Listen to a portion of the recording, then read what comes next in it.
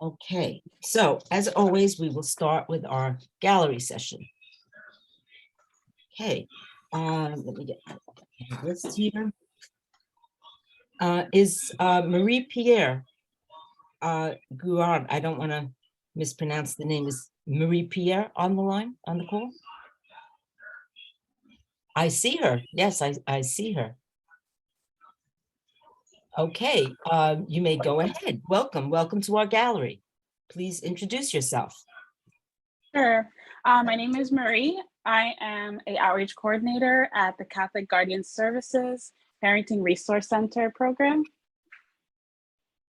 Very nice to meet you. Thank you for joining us. Please tell us about your program. Okay. Catholic Guardian Services, we are a nonprofit organization. Our mission is to provide help, create hope, and preserve dignity. And we do that through child welfare programs, family support services, counseling and wellness programs, and developmental disability services. So specifically, I work with the Parenting Resource Center, and we are located in the Bronx on the Parkchester line. And we offer free prenatal and parenting classes to no income to low income mothers within the Bronx, but also throughout New York City. In addition to the prenatal classes, you also offer parenting education classes known as Parenting Journey and Incredible Years. And so these two parenting classes, they enable parents that are either court mandated, they have to attend these to. Thanks. I'm sorry. Go ahead. Oh, okay. Yeah, so the parent education classes, they help parents sort of learn how to better parent, and it also delves into like their own history as parents and how they could be better parents. So our 4 prenatal classes that we offer right now are women's health, safe sleep, breastfeeding, and toxic stress/trauma. So with all these classes, so with all these classes, they're all in person. So if a mom is interested, she'll have to come in to our office, which is in the Bronx, and attend these classes, each an hour, except for the breastfeeding, which is 2 hours. And once she completes those 4 classes, we provide them with a crib. So it's a full furniture crib. It's delivered to their home a week before they give birth. If they are new parents, we ask that the child is at most 3 months. And our classes are provided in English and Spanish. That's terrific. Thank you so much, Marie. If you have anything to send us, we will post it on our social media. This is very informative. Thank you. No problem. Next is Henry Morgan from the Office of the Mayor. Is Henry on the call? Hi, how's it going? I'm here. Henry, thank you so much. Go ahead, you're on. Great. Hi, everyone. My name is Henry Morgan. I'm the Capacity Building Coordinator for Community Support at NYC Service, which is the division of the Mayor's Office responsible for promoting volunteerism throughout New York City. I just wanted to join you all today to discuss a few resources that we have available for nonprofits and community-based organizations in your area. To start off with funding opportunities, we have 2 main opportunities. The first is New York City Civic Impact Funding, which we do on an annual basis. We give out $200,000 in funding every year to 20 different organizations, so up to $10,000 in funding per organization. And to be eligible, you just have to be a registered 501c3, or you have to have a fiscal sponsor, and all of the funding must go towards volunteer efforts. So that can be anything from supplies for volunteers, food for volunteers, t-shirts, or to pay your staff that manage volunteers if you want to bring on a consultant or have pre-existing staff there. Our second funding opportunity is a Love Your Block grant. This is a mini grant of about $500 that goes to neighborhood and resident-led groups. To be eligible for this, you just have to be part of a group that has a bank account. And then through this program, we also help you partner with relevant city agencies. So that could be parks, sanitation, what have you. And all of those projects, again, are just block neighborhood beautification programs. So it could be planting trees, cleaning up graffiti, what have you. And lastly, I wanted to discuss our new training series, which is our Neighborhood Engagement Toolkit training series. This is a 3-part series. The first session is on January 24th. The second is on January 31st. And the last one is on February 7th. These are 3 unique sessions. We're not repeating the same one 3 times. You can register your organization right now, and we will also be offering a free 3-month consultation program for 5 different organizations that attend all 3 training sessions. I'll leave any relevant info in the chat, and thank you so much. Happy New Year. Yes. Thank you, Henry. And, send us, we'll post, we'll put on social media, we'll put it down as a resource in that group. And thank you for sharing that information. I'm sure some committees will be interested in pursuing. Our next gallery speaker is Gabriella Durasmo. Is Gabriella on the call? Yes, I am. Hi, how are you all? Hi, thank you for joining. Thank you. Go right ahead. Oh, well, thank you for having me. I'm with New York City Park Stewardship, and I just wanted to highlight our program for you all and tell you more about our resources. So New York City Park Stewardship hosts volunteer events that help with restoring New York City street trees and natural areas. We have a lot of different events within this community board. For instance, we have an event coming up on February 11th in Riverdale Park. It's a forest restoration event. We've also had events in Inwood doing street tree care, and we have events in Soundview Park, which is also in the Bronx, doing coastal cleanup work. So yeah, we have a lot of different public events as well as private events that we host on the weekdays. And I wanted to share my contact information with you all. I'll put it in the chat. And yeah, if you have any questions, let me know. That's it. We will definitely send all your information, and we'll forward it to the Parks Department and also Environment and Sanitation committees. With all of these information tonight, we will forward them to the committees, that contact information. Well, that's terrific. And I love Riverdale Park, and I hope to see you. I hope to be there. Thanks. Thank you. Let me see. Fourth is Joy Knight, Vice President and Chair of Scholarship. Okay, Joy is on the call. Hi, good evening, everyone. Hello. My name is, hello, can you hear me? Yep. Perfect. Oh, perfect. Hi, good evening, everyone. My name is Joy Knight. I am the second Vice President and Chair of Scholarship for the Bronx Alumni Chapter of Delta Sigma Theta Sorority Incorporated, which is a historically Black sorority founded on the campus of Howard University on January 13th, 1913, which is this coming Friday. We'll be celebrating 110 years of sisterhood, scholarship, service, and social action. The Bronx Alumni Chapter was founded on February 18th, 1968, and will be celebrating 55 years in the Bronx community next month. I'm happy to join you this evening to discuss with you our annual scholarship application, which is now available. Our application is open to high school seniors who reside in the Bronx. They can go to school in any of the 5 boroughs. One of our criterions is that they have to live in the Bronx. They must have an 80 or above average and must be going to a 4-year college or university in the fall. Applicants are provided an application, and they must provide 2 letters of reference, one from a teacher and one from community service. And they also must provide an essay of their choice, which we provide the applicants through different essay choices. Applications were a bit old school, but we love it. Applications are to be mailed directly via the United States Postal Service, and they must be postmarked by Saturday, February the 25th, 2023. The grand prize winner will receive an $8,000 scholarship in the amount of $1,000 per semester, which equates to $2,000 a year. And we also have several one-time grants that we award to high school seniors, either male or female.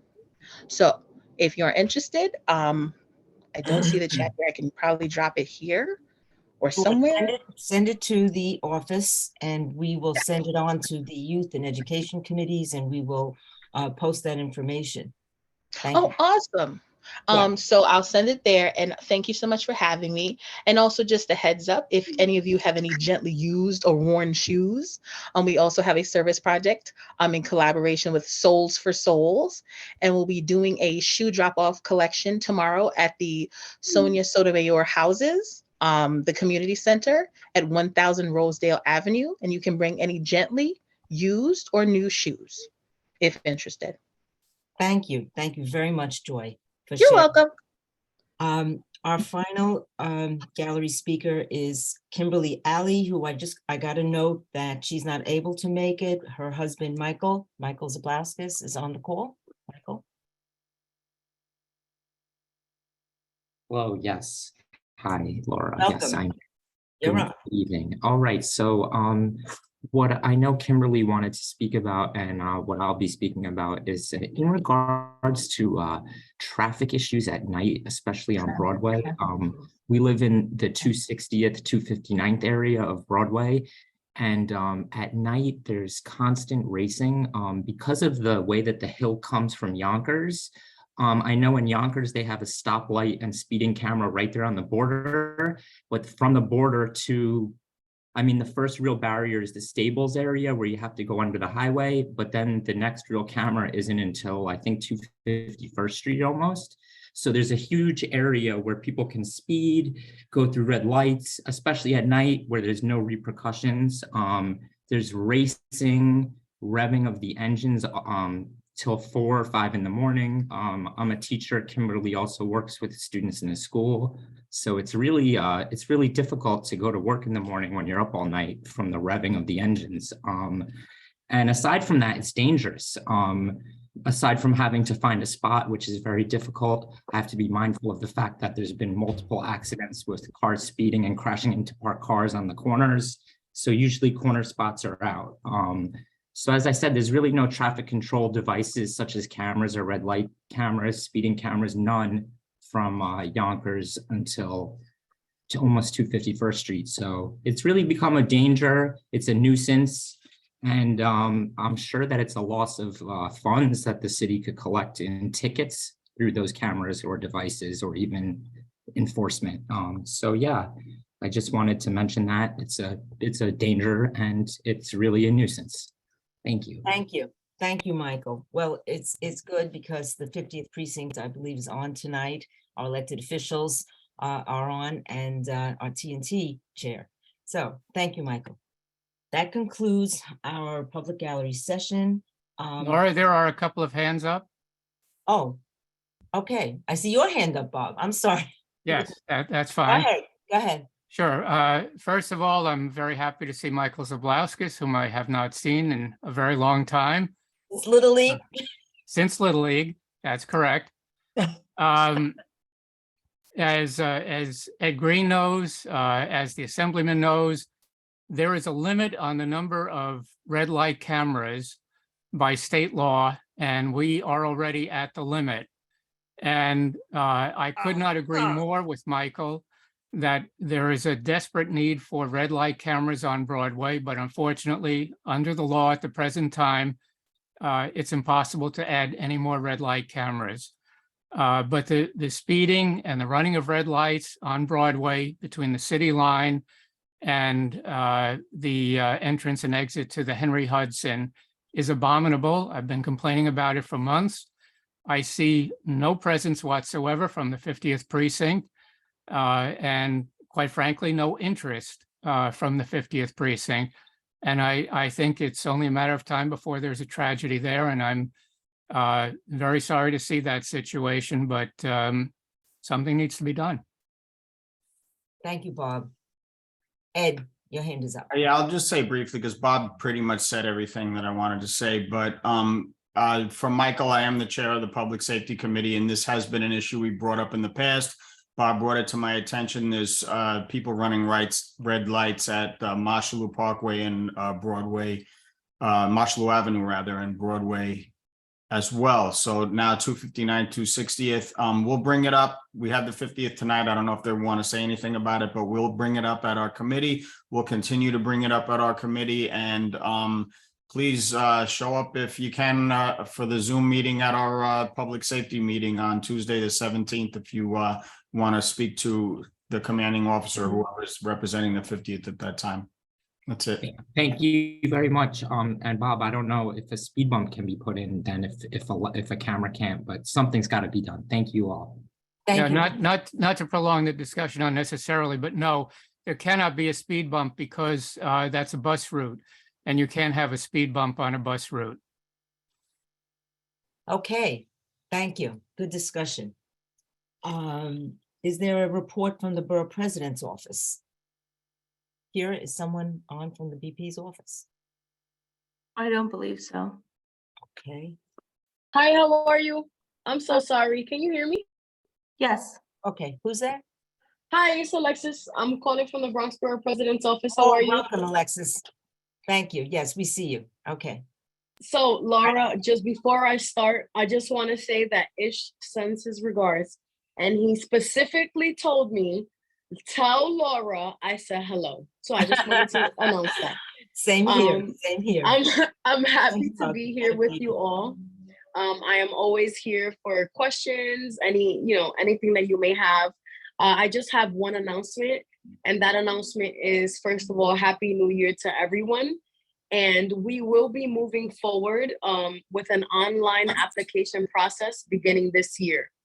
So once we finalize that, which will be towards the end of this month, I will forward the link to Kira and Laura so that all of the board members may have that.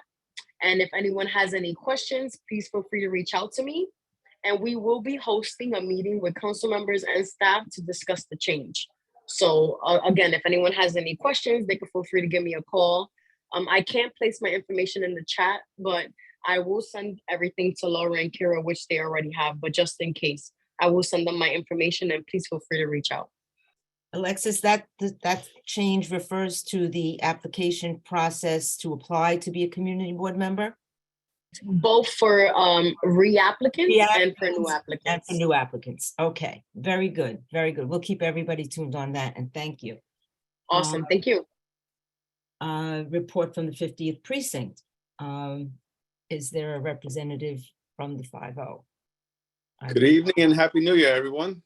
Oh, hello, our friend, Officer Sauer. How you doing? Unfortunately, we don't have a white shirt here to represent the 5-0 tonight. So as you know, Captain Gervin is using up his time as he's on his way to retirement. And I don't know if you guys are aware, Captain Ozuna, our executive officer, was actually in a car accident, but she's okay. She's okay.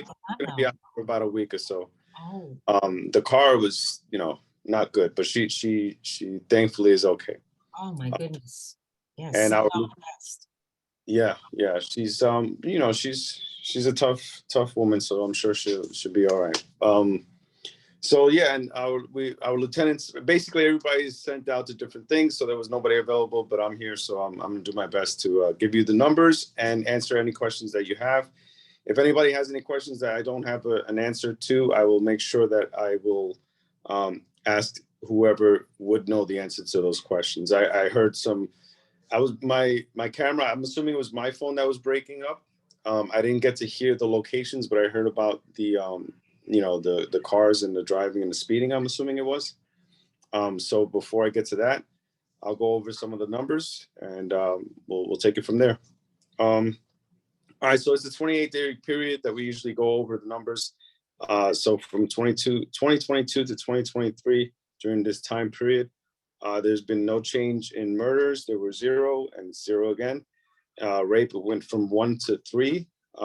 As we have spoken about before, rape is typically a domestic violence issue. Aside from that, thankfully, we don't have somebody, going around just committing that crime. That's not typically something that we've had to worry about, thankfully. Robberies, we've had an 11% increase. So in 2022, those numbers are relatively small compared to other commands. We went from 9 to 10. Felony assaults from 9 to 15. Burglaries, 6 to 6. So it's the same. And grand larcenies, we went down by 1. It was from 45 to 44. Grand larceny autos also went down from 26 to 25. And we've had an overall increase of 3.1%. So if there's any questions, I'm here to answer any questions that you may have. Well, Officer Sala, the gallery speaker tonight, Michael, brought up the location is Broadway in North Riverdale from the city line down to 253rd. Wheelies, speeding all night long. People are not sleeping. There are, I think enforcement would be tremendous there. Anything that you could do. Seems like it's a constant problem. And that was tonight's complaint. Do you have, I understand we're getting a new slate of officers in January. Could any of them assigned to traffic and things like this, quality of life? Well, as you know, we've had a lot of turnover at the 50th precinct. There's people coming and going, retiring and just leaving the job itself. But the good news is we have had a few officers come in over the last month or so. And I was told that we should be getting more. I don't know the exact numbers, but yeah, we are getting, I guess, reinforcements, for lack of a better term. As far as what they're going to be doing, obviously, the newer people have to be trained to do basically whatever needs to get done, right? We have an FTU program, which is basically field training unit. So so they get sent out to like foot posts and they cover high crime areas, particularly violent crimes. So anywhere where there's assaults and robberies, that's usually where they end up going. As far as the traffic condition that you're talking about, I will pass the message to our traffic sergeant and highway safety officers. I'm sure they're aware of it. The NCOs might be better suited to address it, being that they usually go after specific conditions and the traffic officers are usually out. When I say traffic officers, I mean the highway safety officers. I don't want people to think that, I don't want you guys to confuse them with traffic agents. So they typically work during the hours where there's high traffic and where there's been issues with traffic and highway safety, pedestrian struck, things like that. So the likelihood of them working overnight to address this issue is probably low. It's not up to me, obviously. It's up to the supervisors and the captain. We're anticipating a new commanding officer soon, hopefully any day now. So when that person comes in, I'm sure they're going to have a plan, and I'm going to express everything that you guys are telling me tonight. And, based on the conditions that we have within the command, give them a briefing. And, we're aware of all these issues that we have, including the reckless driving. Thank you, Officer Sala. I want to say that Kira Gannon, our district manager, and myself, we were involved in the interview process for the new commanding officer, which took place over the holidays. We got to hear very terrific answers to issues that were raised, everything from community engagement to homeless and issues dealing with the community.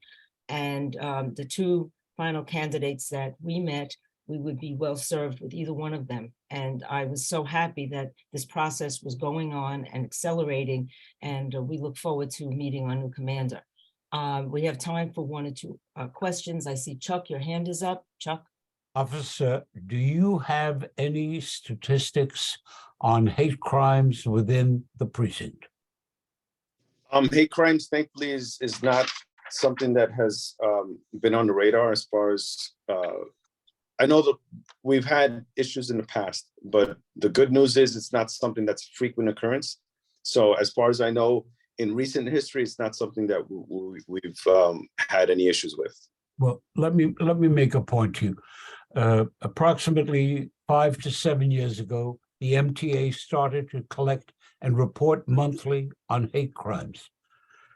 Your predecessor, and for a period of years, the 5-0 reported regularly on whether there were none, or whether there were any and what they were. I believe that is something that is essential to keep focus upon an issue that is on the minds of many, and is something that is important. So if you do not maintain those statistics today, please be sure to tell your superior or whoever. Every meeting, I will ask that same question. Understood. Understood. Just so you know, hate crimes is taken very seriously. So if there was anything to report, it would be on my desk. And I can't say I know exactly when the last one was, but I could assure you it's been some time. But if there are any, I would like to know, and I'm sure many members of this board would like to know, and the nature and location, please. We will definitely give whatever information is available to give out for sure. No problem. Thank you. Moving on to our chair's report, please see the minutes of the executive committee for my report distributed. We'll move on to the treasurer's report, please. Scott. Hey, thanks, Laura. Kira, are we going to get the report on screen? Yeah. Yes, give me 1 second. Sure. I had it up and now it's gone. One moment. Technology.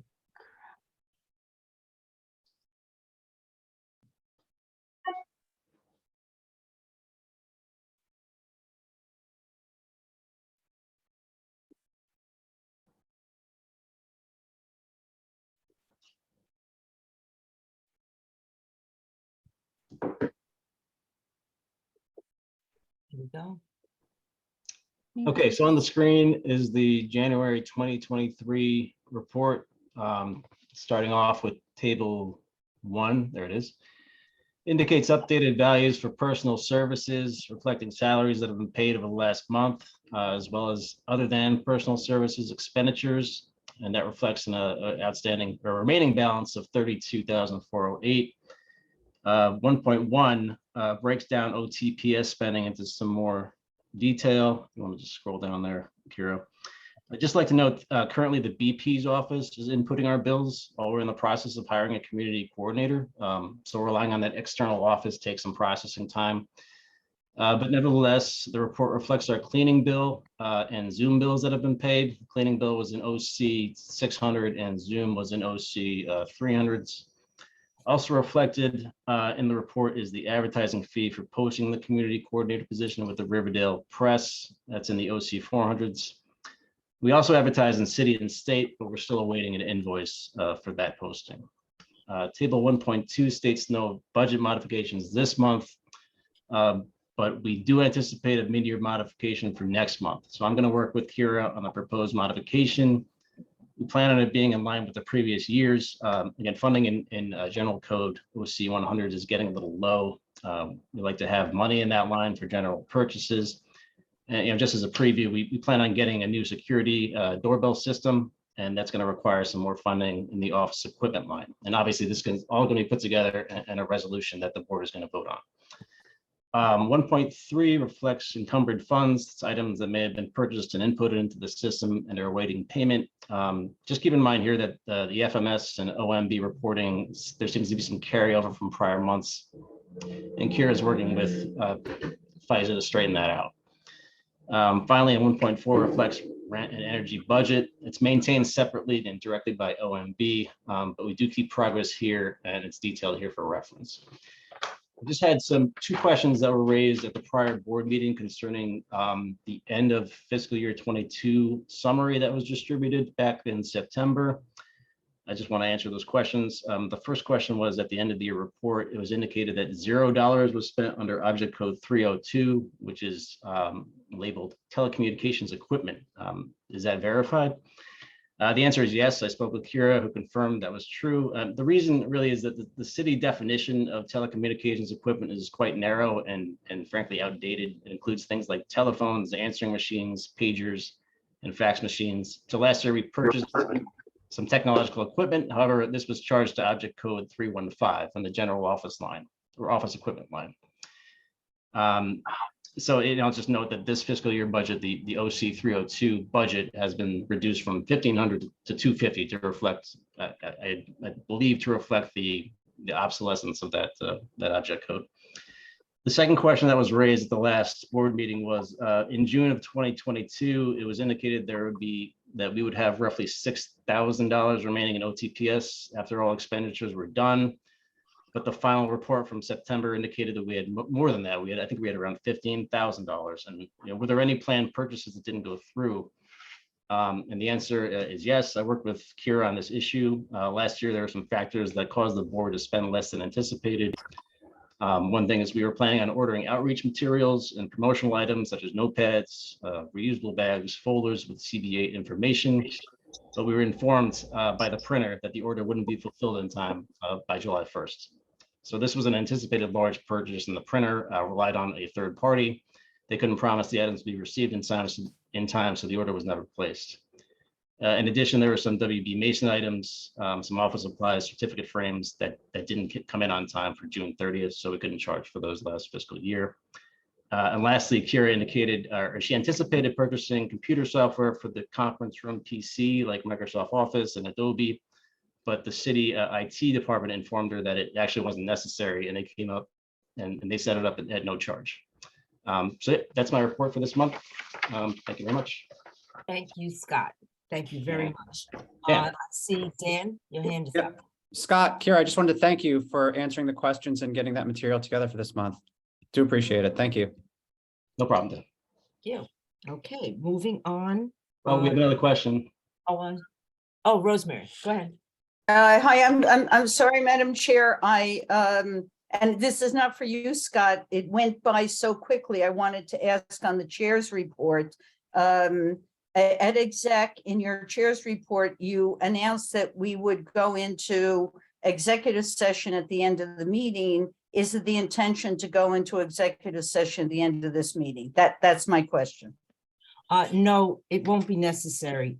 I will give updates on that work. All I could say is that after executive session, it was decided that we speak with DCAS and have DCAS go into a formal negotiation. There was consensus on that, and that has happened. So thank you, Rosemary. But no, not this time. I don't have. Not for the board. That's all. That was my only question. Not for the board. Okay, thank you. Thank you. Sylvia. I just for information, you mentioned a security system, a new security system. I don't expect you to know exactly what it is. Is it a good idea for Kira to answer that question now or when she gives a report? Her report's coming up next, so we'll just hold that for that. Thank you, Sylvia. Okay. Okay. Kira, District Manager's report. Sure. Good evening, everyone. Happy New Year. Sylvia, I'm going to half answer your question. I'm still in discussion with the company and the officers about this, so a decision hasn't been made, but we're exploring. As you know, in the office, there's been like an old antiquated buzzer system to get into the office. While in the conference room, you can't hear it. One of the other buzzers got damaged in our flood. When you're in the conference room, you cannot see who's ringing the doorbell, so it's not always safe just to buzz anyone in. So I'm just exploring different options. In the meantime, we've installed a temporary doorbell system, but it's just something, if we have the funding, I figured why not explore something that has a security aspect as well. So more will come with the budget modification next month on that. But like I said, we're just exploring it now. Okay, it just occurred to me that the committee chairs very often go into the office for a number of reasons and wondered if that was going to be changed as far as the key to the door was concerned. No, the keys will remain. It's just the electrician has showed me different doorbell video systems. Like I said, that would help if you're having a meeting in the conference room, someone's buzzing, you have no idea what it is. It's not safe just to let people in. Especially even when we're in the office, but when I'm in my office by myself, I don't know who's at the door. Yeah, So I understand. to make it safer. Okay, thank you. Yep, Dan? Hi, not for you, Kira, but I guess Laura, I just want to make sure I heard correctly. Regarding an executive session, a consensus was made to go into a negotiation? Yeah, to send DCAS a letter saying we are interested in the site that we discussed. Is there a vote outside of that executive session? No, there was no vote, even at executive session. It was, information was shared. The site looked very positive and there was consensus to move forward. But at the same time, we made it clear to DCAS to please, keep us apprised of whatever opens up, and we continue to be apprised of any other things that are available. Would that be an issue for the board as well to just at least understand the site? I mean, I don't know how other members, I can't speak for other members, but I know it's certainly a topic that I'm interested in. Give me a call. We'll definitely talk. Okay? Seeing no other hands. Report from the New York City Wait, Department. Laura, I didn't really even start my DM report. Oh, my goodness. Thank you. Okay, I'm a little distracted now anyway, but I'll be really brief. Pablo and I finished an FMS training today. It's been a 2-day training to help us sort of just get an overview of our financial management system, which is always helpful each year. Secondly, Pablo and I met with the Office of Cannabis Management last week, which is a new state agency. It is confirmed that we will be getting a dispensary in Community Board 8. DASNY from the state picks the site and applicants apply similar to the SLA process. There will be more to come. I believe OCM, the Office of Cannabis Management, will be coming to a public safety committee meeting in February. And we're trying to get them to also come to economic development. So we'll definitely be hearing more from them. I just wanted to give you guys the update because I know the Riverdale Press was interested in it. So I just wanted to make sure my board understood what was going on. That's all I have. For a more detailed report, please just check the executive committee minutes. Thank you. Thank you, Kira. Thank you. Report from the Department of City Planning. I don't believe there's anyone here, but I am happy to say that we do have a new liaison with the Department of City Planning. Her name is Camilla Thomas, and she'll be coming to land use on Thursday night. We will meet her. Now I'd like to introduce our Councilman Eric Dinowitz, who needs no formal introduction. And thank you for joining us, Councilman, and please, you're on. Thank you. Thanks for having me. Good evening, everyone. I'll introduce myself anyway. I'm Eric Dinowitz, City Councilman. A few items going on. The homeless shelter.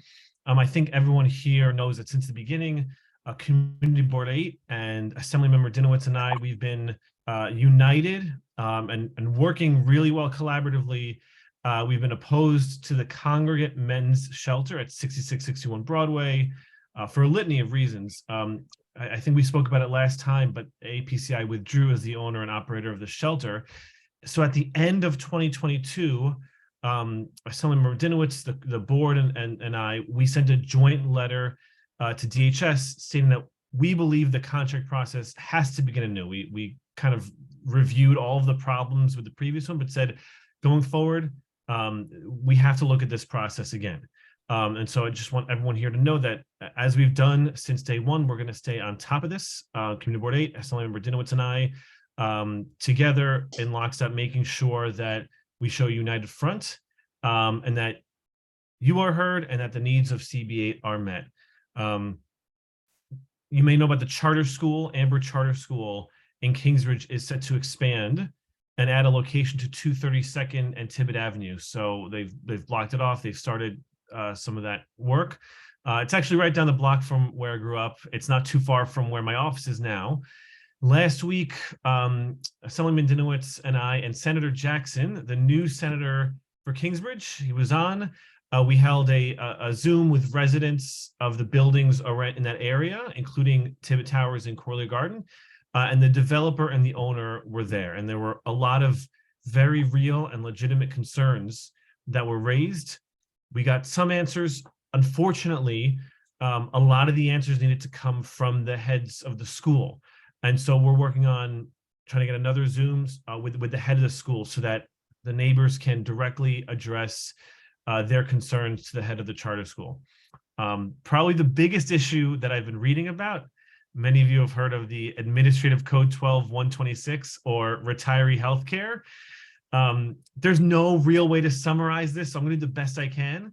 The city is trying to move municipal retirees to what they say is a tailor-made Medicare Advantage plan that mirrors retirees' current offerings in an attempt to save the city. What they say is $600 million because in these Medicare Advantage plans, the federal government kicks in more money.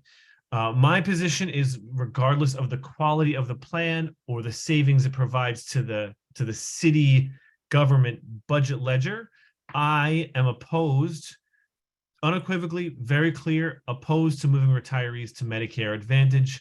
I'm against the privatization of health insurance. I think it's the wrong direction. In fact, I think we need to pass the New York Health Act and Medicare for all. And there's a few particular issues with these plans. There's prior authorization, the idea that a retiree has to go to a private health insurance company, that they're the gatekeeper to someone's healthcare is deeply troubling, and I believe will have a negative impact on our seniors. So the issue is, yesterday there was a hearing on a bill that would amend the administrative code. I was pleased to see a lot of members of my district, including some people on this call, at the hearing, and that's Laura was one of them. And the administrative code change was introduced at the request of the mayor to allow retirees to be moved to this Medicare Advantage plan or pay up for their current senior care. So to give you a little bit of context of what happened at this hearing, I got there at 9:30. There were a few interruptions for me. I had a couple meetings in between, and I was there till after 7:30 at night, hearing from retirees, but also the administration, and a lot of us were asking questions of them about the quality of the Medicare Advantage plan. We spoke with the unions at this hearing, and of course, retirees shared their testimony. It is something that we in the council are working diligently to figure out and work towards, because like if you are a retiree of the municipal unions, I'm in your boat, right? I was a U of T member, I was a public school teacher, and so I know the same promise you were made was the promise I was made about security in retirement. And so, this is a step away from that promise. And it also concerns me because we're having trouble hiring people in municipal government. And what does it tell someone who's looking to work in city government, that they know you're made a promise now, but it might not stay there at the end? And regardless of the reasons for moving, for wanting to move retirees to Medicare Advantage, I think this will also have a disparate impact on our ability to employ people. One more legislative item. I'm very excited about this. I've been speaking about this IEP bill for months. We had our hearing in October, and it looks like it's supposed to be scheduled for our next stated meeting to vote on this bill that would provide transition services for students with disabilities from high school to college, which currently doesn't systemically exist, and this would create that program. One other thing I wasn't going to bring up, but since Chuck brought it up, I do have a bill in the city council that would help everyone here know about hate crimes in our community. When a violent hate crime occurs, an assault, for example, I and the community board get an email from the NYPD hate crimes unit indicating to us that this is under investigation. My bill would strike the word violent from the law, because I believe that like we had in our community, a swastika on a dumpster, the N-word on slides and on the sign entrance to parks, I consider that violence. The law doesn't, so that's why I'm trying to change the law so that we are informed anytime that happens. Lastly is budget. It's budget season. The applications are open. I co-chair the Bronx delegation, and one thing we're working very hard to do is make sure people in the Bronx are informed. So to that end, we're having a training next week. We're going to put it on social media. We'll send the information to the board. It's a 2 to 3 hour training about applying what we're looking for in applications. But this is ways that your nonprofit can get money from the city government to implement whatever programs you want. Not whatever programs you want, community-based programs. And as always, please sign up for my newsletter, ericdinowitz.nyc/newsletter. And I also want to make sure I recognize my staff member, Tanbir Chowdhury, who's here on this call. He's here at every community board meeting. Thank you. Thank you. We have time for one question. I see Marty's hand is up. Marty? Yes, Eric, I could not attend physically the hearing, but I was at my screen all day. And for the best part of the day, I kept seeing you. So I want to thank you for hearing out all the testimony that came through during the course of the day, in addition to appreciation for your position on this. So I have a vested interest. That's what I appreciate it. Yes, thanks for joining online. And I also want to point out Rosemary Ginty was also at the hearing. I saw her. Yes, I see your hand up. Okay, so Madam Chair, I'm going to kind of mirror what Marty said. I was able to go down, and I stuck it out for 5 hours, and I gave up after 5 hours, but our council members stayed, and it deserves applause. Thank you, council member, for doing your job. That's it. It's expected of you, and you did it. Okay, so thank you. That's it. Thank you, Madam Very Chair, good. for allowing me to speak. Of course. Terrific. Okay, this will be a hard act to follow. Okay, but we have Assemblyman Jeffrey Dinowitz, and we welcome you, and the floor is yours. Thank you. Hello. I have a Whoops, we lost you. lost me. Oh, Now you're back. plus I accidentally pressed the mute button. I just said I had a teeny bit of a cold. I'm going to bounce around on a few different subjects in no particular order. It was brought up earlier about Broadway, red light cameras, speed cameras. Bob Bender is right. By law, the number of red light cameras for the city is limited. I think that limit should be removed. There was a struggle to get that many cameras built into the law in the first place. I know nobody likes getting a red light ticket. It costs money, but I mean, sorry, don't run the red light. And I'm putting out a bill to eliminate that limit. On the speed cameras, we have a very large number of speed cameras in the city now, and we have many in our community, including several on Broadway. But it should be pointed out that Broadway, and I totally agree with the issues raised on Broadway, but it's all over the place. It's not just Broadway. I know it's on Independence Avenue, it's on Henry Hudson Parkway, and in other areas. I'm all over. You may only see your immediate area, but I'm all over my district. And the problem of speeding, of the lack of enforcement of the speed laws, of drag racing, all that stuff, red light, it's all over the place. It's increased markedly. It's really gone along with a lot of other things that have kind of got spun out of control since the beginning of COVID. That's a reality.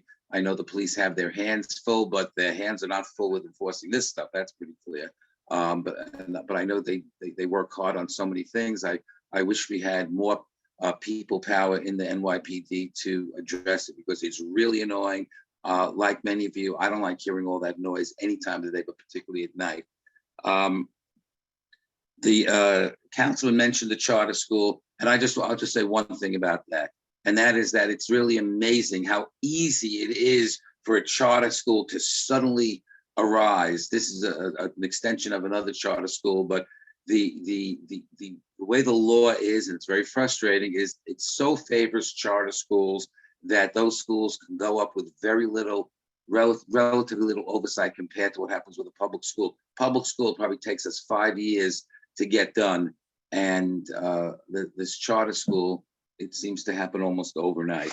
One of the issues, which I think one of your committees, the environmental committee, had a meeting about. I just want to add my voice. I've been a longtime advocate for access to the Jerome Park Reservoir, not the water part of the reservoir, but around the reservoir, and especially, and I believe it'll be relatively easy for DEP to certainly give access to cross the reservoir over the wall that was built some years ago. There's no excuse for the city to not give our community access to our reservoir, just like people in other areas have access to be able to walk around, enjoy the beauty of our community, and that's something that has to change.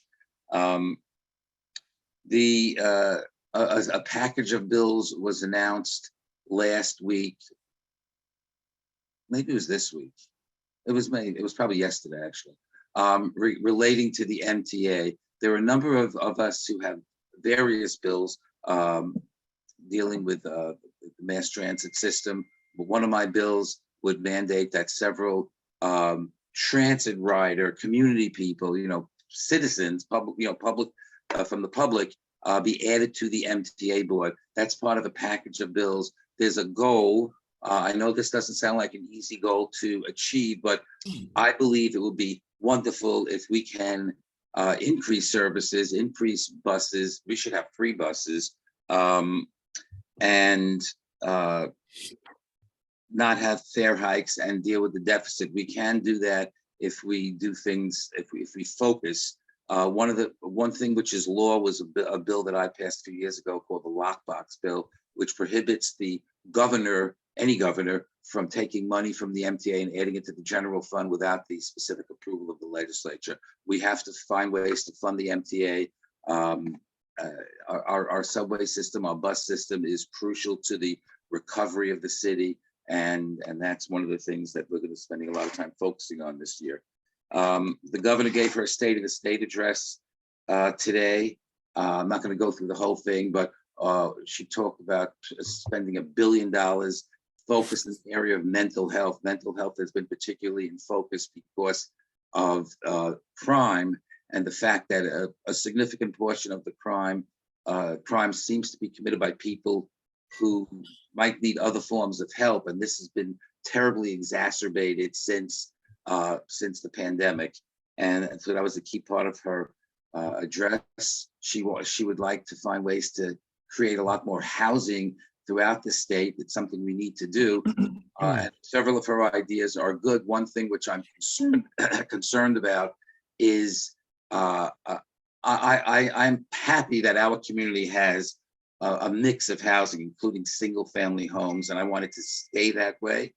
I don't want to see the city find ways to diminish, replace single-family homes with apartments, because it's already been happening, but we certainly don't want to make that worse. And in our rush to create more housing, we shouldn't kill the goose that laid the golden egg. We shouldn't make neighborhoods less desirable.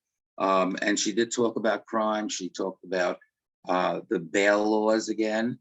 And she re-emphasized the fact that we had a two-tier system, a caste system, if you will, where two people who commit the same crime, the person who has a bank account walks the streets, and the person who doesn't rots in Rikers. And that was one of the main motivators for making some of the changes in the bail laws. But at the same time, she's indicated that she supports more, she didn't use the word tweaks, but I guess I'll use that word, to bail reform laws.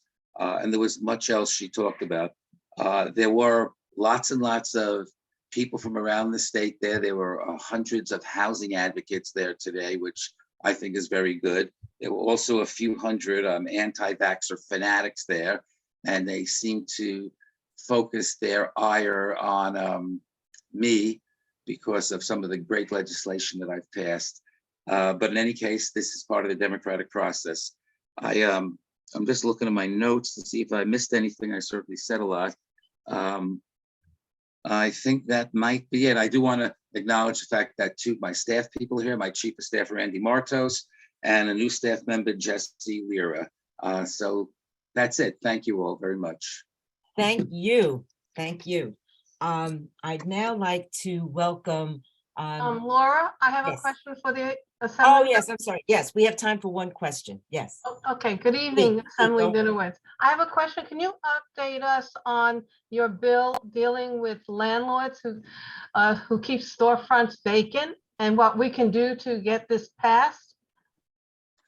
Well, it's In light not, of Blue Bay. okay, it's not my bill, but I'm a co-sponsor of the bill. It's the bill is sponsored by Assembly Member Linda Rosenthal, who I'm thrilled to say has just been appointed the new chair of the Assembly Housing Committee. And yeah, no, she's terrific. We have to work on getting it passed. I think it's a tough one to pass, but we've passed a lot of other bills that we thought were tough ones. So right now it's the new 2-year cycle. So the bill, I believe, has been reintroduced. So it starts from scratch. What can we do as residents who are upset that places like Blue Bay closed? You know, letter writing campaign or what? I think letters are always good. I mean, you don't have to convince me, but I certainly love getting letters. You know what I really love? Getting letters, like real letters, but you don't have to do that. If you prefer to just, fiddle with your computer, you can do that too. But I think it's important for legislators in both houses around the city, throughout the city, to understand that many of their constituents are concerned about that issue, because what's happening in our neighborhood is happening everywhere. Petition, how about a petition? Or is that not? Petitions are good. I love petitions. Okay. I do petitions every year, in fact. Okay, thank you. All right, thank you, Lee. Thank you, Senator, Assemblyman. Sorry. No demotions, please. I'd like to welcome our new senator, Senator Gustavo Rivera, who's on the call, and delighted to see you tonight. Senator, you're on. Glad to be here, and I just got off the road, so thank you for the flexibility, because I know it was just supposed to be at 7:30. I just will, so a couple of things. So good evening to everyone, Community Board 8. Obviously, you're familiar with all the redistricting madness that happened last year. We are past that, and now we have the districts are set in stone for the next 10 years. And as you know, the southern part of my district was chopped off about where Cross Bronx Expressway is. And now I represent already all of Riverdale, as well as Norwood. And I also go to the other side on a little bit of Pelham Parkway. So it just got kind of squished forward, north. And I'd actually want to recognize that even though I think Margaret Della, I think she might be here somewhere. Yes, she is. Yes, so she's chair of special committee on racial equity, as you know, but she's also the executive director of the Kingsbridge Heights Community Center, which there's a little tear, sad that I will no longer be representing them, but I'm glad that I'll still be seeing that amazing lady here. So I'll just briefly talk a couple of things about my office, and then I'll do a little bit of updates, and then you can ask me anything you'd like. First of all, my community affairs representative, Brent Schneider, should be on. Brent, there's that gentleman. Brent Schneider is a part who some of you might have met in my campaign, but he is part of my governmental team now, born and raised up in Riverdale, and a very valued member of my team. So he's a community affairs representative. And you can, while I'm going to be spending obviously a lot of time in Albany, you can always reach out to him if you have any needs. And as far as things, my office, so my district office right now will remain where it has been for 12 years on the Grand Concourse and 187th on 2432 Grand Concourse. And again, that's 187th on the concourse in the Poe building. And it's going to, and I wanted to remain there. I'm going to be kind of giving some thought over the next couple of months about how we can make sure that we have a little bit of a presence in the new parts of my district, but this is still a very central office. There's a big chunk of the district that I've represented for over a decade, which is just around the concourse right there where, down the concourse, like to 180 something and all of Fordham, et cetera, and a little bit of Kingsbridge Heights, some of it got chopped off, but some of it has still kept. And so there's people now coming from the east part of the Bronx. So the 12 and the 9 bus coming across obviously makes it easy for them to get there. I know most of you folks are up in Riverdale. It's a little bit harder to get to. But so for the moment, I'm going to keep that office right there, but we're going to be giving some thought about doing a little bit of kind of field offices in the months to come to be somewhat available. But regardless, the phones, you don't have to travel anywhere to call, and you can always call my office. There's all sorts of services that we offer. There's tenant services offices, office hours. We've been for my entire tenure, housing has been kind of a number one, number two, and number three issue in so many folks that we've dealt with. And even though my constituency is going to change a little bit, there will still, I am sure, be housing issues that we will help folks deal with. And we have the city tenant support unit operates out of my office. We're actually going to have them on the 19th of this month from 11 to 3 in my office, so you can call and make an appointment.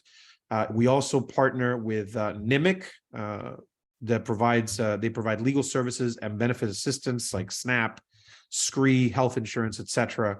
And we also have a NIMIC immigration clinic. So we do a lot of work with them over the years, and they will continue to be partners with us. And on all sorts of issues, you can always give us a call. And if Brent would plug in the number and the email there on the side, we will always be available to you. So very briefly, as far as session, as the Assembly member said, we had the state of the state today. I will only say that I've been around long enough to know that the state of the state is a nice little affair, but I'm going to wait until I see what the budget is like. There's a lot of proposals that are spoken about in states of the states and then don't make it to reality. So I'm going to wait until the budget comes out in just a short couple of weeks to then get a sense of what this actually looks like. And I'm very much looking forward to seeing the details behind some of the stuff that the governor said. I am happy on the issues around the housing, like 800,000 units she said she wanted to create within a certain period of time. Certainly supportive of that. The idea of investing $1 billion in mental health services in the city and the state is also a positive. But again, the devil is always in the details. So I want to see how that's going to be spent. And I look forward to being involved in the conversations on how we make sure that money is spent the right way, so that they can be for investments to make sure that communities are safer and more stable. I was just reappointed as the chair of the Health Committee in the Senate. I will also serve on the committees, just so you know, alcoholism and substance abuse, crime victims, crimes and corrections, finance, mental health, housing, and higher education. So a few things that I'm going to be dealing with, but in my capacity as the chair of the Health Committee, I will be, certainly the thing that I'm, going to be laser focused on is what the budget says about Medicaid, about hospitals, about nursing homes, et cetera. So I'm going to be looking really closely at what the governor actually proposes. Very briefly on that issue, I've got nurse strike in the brain. Obviously, you're all familiar, I'm sure, with the fact that the nurses at both one of the Mount Sinai facilities as well as Montefiore felt that they needed to go on strike just a couple of days ago. I am in solidarity with them and doing what I can to back channel in any way, shape, and form to try to bring this to some sort of resolution so that they have a fair and dignified contract. And so we can, bring our nurses back to work. So I am definitely doing what I can to help that along, because I am just as concerned as all of you in the impact that this is having in institutions to serve our folks. And also very briefly, as far as stuff that's happening up in Albany, we are going to be definitely talking about housing. As I said, I am very much looking forward to see what the governor actually proposes related to housing. There was a conversation we had last year about a series of tax breaks. They were known as 421A. And that 421A was a tax break that was given to developers with the idea that they would develop a certain percentage of their units as affordable units. I was not supportive of the continuation of 421A because I thought that the way it was structured was a giveaway to developers and did not create the affordable housing that we needed. So I am very much looking forward to working with the governor as well as my colleagues to create a system. I don't mind giving incentives to developers to create housing and affordable housing, as long as, number one, we get enough units, number two, that these units have deep affordability, and third, permanent affordability. So if there's a program that does all those three things, and there are some ideas in the horizon about that, I am 1000% for it. And I look forward to working with my colleagues to make sure that that happens. And I will end by talking very specifically about something that you are all familiar with in CB8. Just last month or last year, a year ago, a whole freaking year ago, some of you might be familiar with the fact that I sent a letter to the DSS commissioner to explain why I cannot support the shelter that is currently in development for 6661 Broadway. For me, it's the way that I've approached this is, for the last 12 years in my capacity as a senator, I've approached this the same way. Every one of these projects I take on their own, and I look at the merits of each project and the benefits or the pros and the cons, etc. Certainly, the community feeling is an important part of it. In this case, not only was there the community opposition not only was strong, but it's just not first of all, it's a congregate shelter model, which we can agree is not something that we should be encouraging for the construction of. And as you are far more aware than me, because this is something that you have been dealing with, I only started dealing with it once the district lines changed and I became aware of it. In the middle of that, you folks have been dealing with it from before. There were all sorts of misinformation or disinformation or just not information at all from the city regarding the operator, who they were, what kind of, whether they could be trusted or not, et cetera, et cetera, et cetera. So ultimately, taking all of that into effect, and particularly considering that there was just deeply disappointed by the fact that the city, I should say, was just not responsive to my team in very much the same way that they weren't responsive to you. I ultimately sent that letter saying that I do not support the current model, but I look forward to continuing to work with the community to make sure that we can, if there's something that's going to go there, is something that we can be collectively supportive of. So that's just, that's sorry if it took a while, but this is the first time that I get to come before you. I'm hoping that I get to see you either, certainly virtually or in person, for weeks, months, and years to come, because I'm not going nowhere, and I'm looking forward to serving all of you in my capacity as state senator until I don't know, till something else happens.